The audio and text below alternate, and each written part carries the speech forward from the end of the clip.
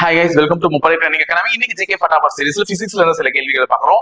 கதிரியக்கத்தின் SI அலகு என்ன? What is the SI unit of radio ஆக்டிவிட்டின்னு கேட்டாங்கன்னா பெக்கோரோல். ஃபர்ஸ்ட் கியூரி தான் இருந்தது. அது நான் SI யூனிட். SI யூனிட் பன்னாட்டு அலகு முறையால் ஏற்றுக்கொள்ளப்பட்டது எதுன்னு பாத்தீங்கன்னா பெக்கோரோல். ஞாபகம் வச்சுக்கோங்க. ஓகேங்களா? அடுத்து இரண்டாவது கேள்வி, ஹைட்ரஜனின் ஐசோடோப்பான 1H2 என்பது எதை குறிக்கிறதுன்னு சொல்லிட்டு கேக்குறாங்க. 1H2 அப்படின்னு சொல்றாங்க. பேர்லயே 2 இருக்கிறதுனால அது டியூட்ரியம். ட்ரீட்டியமா இருந்தா 1H3, புரோட்டியமா இருந்தா 1H1. சரிங்களா? பிளாட்டினம்க்குலாம் எதுவும் இல்ல. சோ புரோட்டியம்னா அதுல ஒரே புரோட்டான் தான் இருக்கும். டியூட்ரியம்னா ஒரு புரோட்டான் ஒரு நியூட்ரான் இருக்கும். ட்ரீட்டியம்னா ஒரு புரோட்டான் ரெண்டு நியூட்ரான் இருக்கும். அதனாலதான் அந்த மாஸ் நம்பர் மட்டும் என்ன ஆகுதுன்னு பாத்தீங்கன்னா சேஞ்ச் ஆயிட்டே இருக்கு. கீழே இருக்கக்கூடிய அட்டாமிக் நம்பர் சேஞ்ச் ஆகல. அப்ப இதுல ஒரு புரோட்டான் இருக்கும், இதுல ஒரு புரோட்டான் ஒரு நியூட்ரான் இருக்கும், இதுல ஒரு புரோட்டான் ரெண்டு நியூட்ரான் இருக்கும். மூன்றாவது கேள்வி, ஹிரோஷிமா நகரத்தின் மீது வீசப்பட்ட அணுகுண்டில் பயன்படுத்தப்பட்ட தனிமம் எதுன்னு சொல்லிட்டு கேக்குறாங்க.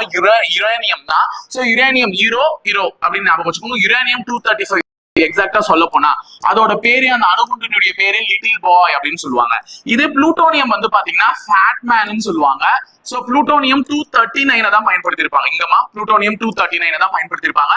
இது எதன் மேல வீசப்பட்டிருக்கும் பாத்தீங்கன்னா நாகாசாகியின் மீது வீசப்பட்டிருக்கும். அதனாலதான் ஹிரோஷிமா மற்றும் நாகாசாகி டே ஆகஸ்ட் 6 மற்றும் ஆகஸ்ட் 9 தேதிகள்ல நம்ம என்ன பண்ணுவோம் பாத்தீங்கன்னா கொண்டாடுவாங்க ஜப்பான் நாட்டு மக்கள். சரிங்களா? அடுத்து அனுசரிப்பாங்க, துக்கம் கொண்டாட மாட்டாங்க, அனுசரிப்பாங்க. அடுத்தது, அயனியாக்கும் கதிர்வீச்சின் அளவினை கண்டறியும் சாதனம் எது? அந்த அயனைசேஷன் ரேடியோ ஆக்டிவிட்டி எது வந்து கண்டுபிடிக்கும் அப்படின்னு பாத்தீங்கன்னா டொசிமீட்டர் தான். சோ டொசிமீட்டர் தான் அதை கண்டுபிடிக்கக்கூடிய ஒரு மிகப்பெரிய சாதனம். அடுத்து லாஸ்ட் கேள்வி, அணுக்கரு ஒளியின் தட் மீன்ஸ் நியூக்ளியர் ரியாக்டர்ஸ் இருக்குல்ல, அந்த நியூக்ளியர் ரியாக்டர்ஸோட பேசிக்கான இது எதுன்னு சொல்லிட்டு கேக்குறாங்க. தனிப்பான்கள். தனிப்பான்கள்னா எது வந்திருக்கும்னா கிராஃபைட்டும் கனநீரும், ஹெவி வாட்டர்னு சொல்லுவாங்க. ஓகேங்களா? ஹெவி வாட்டர் அப்படின்னு சொல்லுவாங்க, D2O. அந்த ஹெவி வாட்டர் தான் வந்து பாத்தீங்கன்னா தனிப்பான்களாக பயன்படும். சோ 4. அடுத்து கட்டுப்படுத்தும் கழி, கண்ட்ரோல் ராட்ஸ். ஓகேவா? கட்டுப்படுத்தும் கழினா என்னது?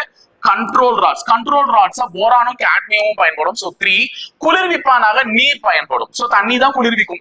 நீர், காற்று, ஹீலியம் இதெல்லாம் குளிர்விப்பானாக பயன்படும். தடுப்பு சுவரா வந்து பாத்தீங்கன்னா காரியம் அப்படின்னு சொல்லக்கூடிய லெட். ஓகேவா?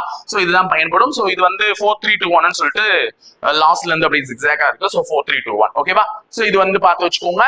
Moderator, தனிப்பான்கள்னா moderator. சோ எல்லாமே சொல்லிட்டேன் இங்கிலீஷ்லயும் சரி. ஓகேங்களா? சோ இதே மாதிரி நிறைய விஷயத்தை தெரிஞ்சுக்கிறதுக்கு எங்க சேனலை சப்ஸ்கிரைப் பண்ணி வச்சுக்கோங்க. இணைந்திருந்தால் தொடர்ந்து பயணிப்போம். உங்களுடைய பயிற்சி மையத்துடன். நன்றி, வணக்கம்.